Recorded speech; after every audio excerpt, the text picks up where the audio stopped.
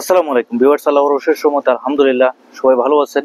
দেখেন, এই চ্যানেলের মধ্যে আজকের ভিডিওতে আপনাদের সামনে যে কথাটি তুলে ধরবো বা যে দেশটি সম্পর্কে আপনাদের সাথে কিছু তথ্য শেয়ার করব, সেটা হচ্ছে সার্বিয়া দেশ নিয়ে।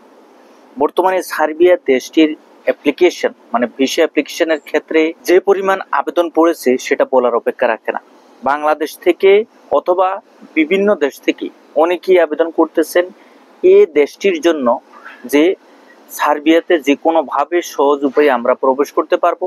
আবার বর্তমানে এখন এরকম চালু হয়েছে যে আগে ভিসা পরে টাকা।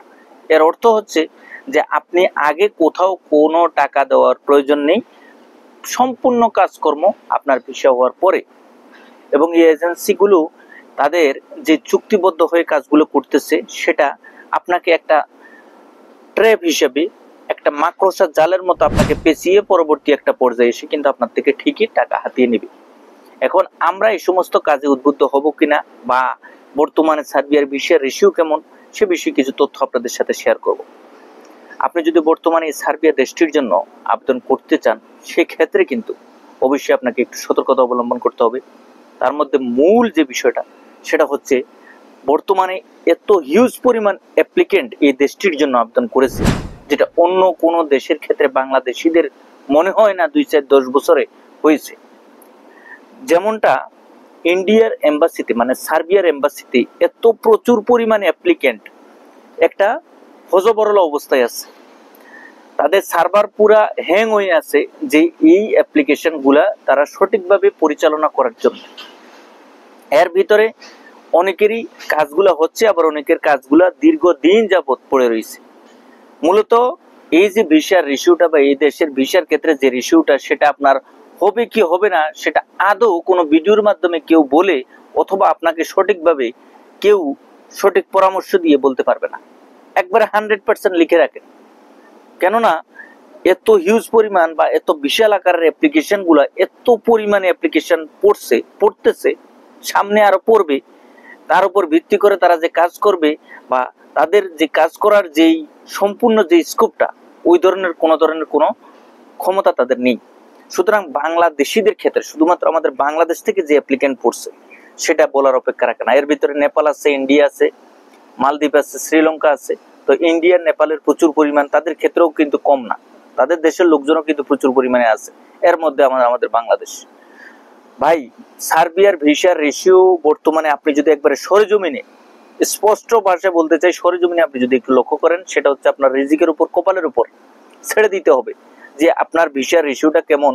এটা অনেকে বলবে হ্যাঁ ভাই ভালো আছে, অনেকে বলবে ভাই আগে ভিসা পরে টাকা, অনেকে বলবে ভাই সার্বিয়ার জন্য জমা দিয়ে দেন, অনেকে বলবে ভাই ওই এজেন্সি ভালো, ওই এজেন্সি ভালো, চোখ বন্ধ করে জমা দিতে পারেন, হলে হবে না হলে নাই, ভিসা হওয়ার সম্ভাবনা সবচেয়ে বেশি, এছাড়া কোনো উপায় নেই।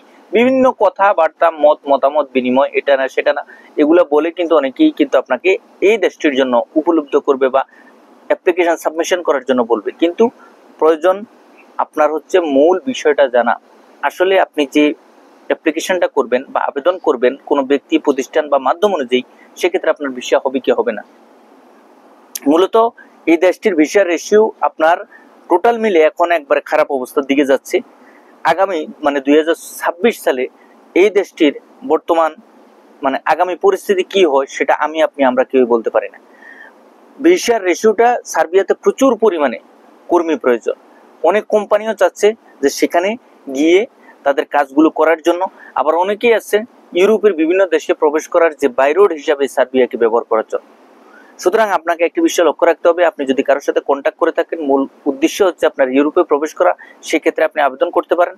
আর যদি মনে করেন যে না আমি সেখানে গিয়ে কাজ করব, থাকবো, বা আমি সেখানে গিয়ে লিগেল ভাবে বৈধভাবে আমি সেখানে জীবনযাপন করব, ভিসা করে আমি সেখানে পার্মানেন্ট যে টিআরসি কার্ড সেটা করে করে আমি সামনে অগ্রসর হব, সেই ক্ষেত্রেও সম্ভব। তবে সেক্ষেত্রে কোম্পানি বা মালিকও কিন্তু আপনার সঠিকভাবে সত্য হতে হবে, ভালো হতে হবে।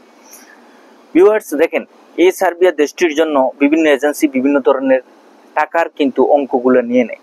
মানে টাকার যে পরিমাণটা সেটা বাংলাদেশ থেকে আপনি দেখেন এক এক জনের কাছে বা এক এক এজেন্সির কাছে এক এক ধরনের। অনেকে প্রশ্ন করেন যে ভাই আমি সার্বিয়াতে যাব, আসলে টোটাল মিলে আমার এজেন্সি আমার কাছে 10 লাখ চাচ্ছে, 12 লাখ চাচ্ছে। আবার অনেকে বলতেছেন ভাই আমি যাচ্ছি হচ্ছে 7 লাখ টাকা, 8 লাখ টাকা, 6 লাখ টাকায়। তো এটার ভিতরে আসলে মূল সঠিক তথ্য কোনটা, যে আসলে কার কাছে কি ধরনের, বা আমার কাছে যে এটা চাচ্ছে সে বিষয়ে বিস্তারিত কিছু বলার জন্য। আপনি যদি সার্বিয়ার বিষয়ে একটু দেখেন, আপনি মূলত যে সার্বিয়ার জন্য টোটাল মিলে কাজের ভিসার ক্ষেত্রে তেমন কোনো খরচই নেই, কিন্তু এজেন্সিগুলো দাম হাঁকিয়ে রাখে আমাদের কাছ থেকে। আমরা যে জনসাধারণ বা সাধারণ পাবলিক যারা আছি, আবেদন করতেছি, তাদের কাছ থেকে এই ধরনের বিশাল বড় অঙ্কের টাকাগুলো নিয়ে নিচ্ছে। এটাই হচ্ছে মূল বিষয়। আপনি যেখানে যাবেন, যেখানেই কাজ করবেন, অবশ্যই আপনাকে ওইভাবেই এই দেশটির জন্য আবেদন করতে হবে। এবং মূলত যারাই বর্তমানে আবেদন করবেন, একটু ভেবেচিন্তে আবেদন করবেন ভাই। অনেক কিছু, অনেক ভিডিও, অনেক এটা না, অনেক সেটা না, অনেকেই আছে আবার দেখবেন যে 2টা ভিসা করছে, 2টা ভিসা করে বিভিন্ন ধরনের লোকজন এনে সেনে, এরপরে যে এয়ারপোর্ট গিয়ে বিভিন্ন ভাবে ভিডিওগুলো দিয়ে ছবি পোস্ট করে বিভিন্ন ভাবে উপলব্ধ করতেছে যে হ্যাঁ এটা চালু আছে, ওইটা চালু আছে, বিভিন্ন দেশের ভিসা হচ্ছে, বিভিন্ন দেশের ভিসা চালু আছে, হ্যাঁ আপনি আসলে আবেদন করতে পারেন, এটা না সেটা না। কিন্তু আপনাকে বুঝতে হবে আসলে যে আপনি যে জমা দিবেন বা জমা দিচ্ছেন, সেক্ষেত্রে যে ব্যক্তি বা প্রতিষ্ঠান আপনার জন্য আপনার ওই কাজ করতেছে, তিনি সঠিকভাবে আপনার কাজটা করবে কিনা।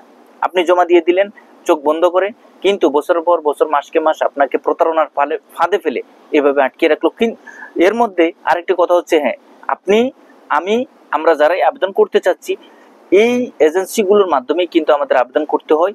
মূলত সঠিকভাবে ভালো ব্যক্তি বা প্রতিষ্ঠান খুঁজে পাওয়ার যে উপায়টা, সেটা হচ্ছে তাদের অতীতে কার্যক্রমটা কেমন ছিল, আসলে তারা লোক নিচ্ছে কিনা, বর্তমানে তাদের লোক যাচ্ছে কিনা, এবং তাদের অ্যাপ্লিকেন্ট গুলো যারা আছে তাদের কাছ থেকে আপনি বুঝে শুনে সম্পূর্ণ কথাবার্তা বলে সার্বিয়া দেশটির জন্য বর্তমানে আপনি কোনো ব্যক্তি বা প্রতিষ্ঠানের কাছে বা এজেন্সির কাছে আপনি জমা দিবেন। সুতরাং এই বিষয়গুলো বর্তমানে আপনাকে বুঝতে হবে, জানতে হবে। বর্তমান আপডেট অনুযায়ী সার্বিয়ার যে ভিসা রেশিও, সেটা আসলে তেমন একটা ভালো না। আপনি চাইলে যে হুটহাট করে 2 থেকে 3 মাস, 4 মাস বা 5 মাসের ভিতরে আপনি সেখানে চলে যাবেন, এই ধরনের গ্যারান্টি আপনাকে কেউ দিতে পারবে না। সবাই ভালো থাকবেন, সুস্থ থাকবেন। আগামীতে নতুন কোনো আপডেট নিয়ে খুব শীঘ্রই আপনাদের সামনে উপস্থিত হবো। আল্লাহ হাফেজ।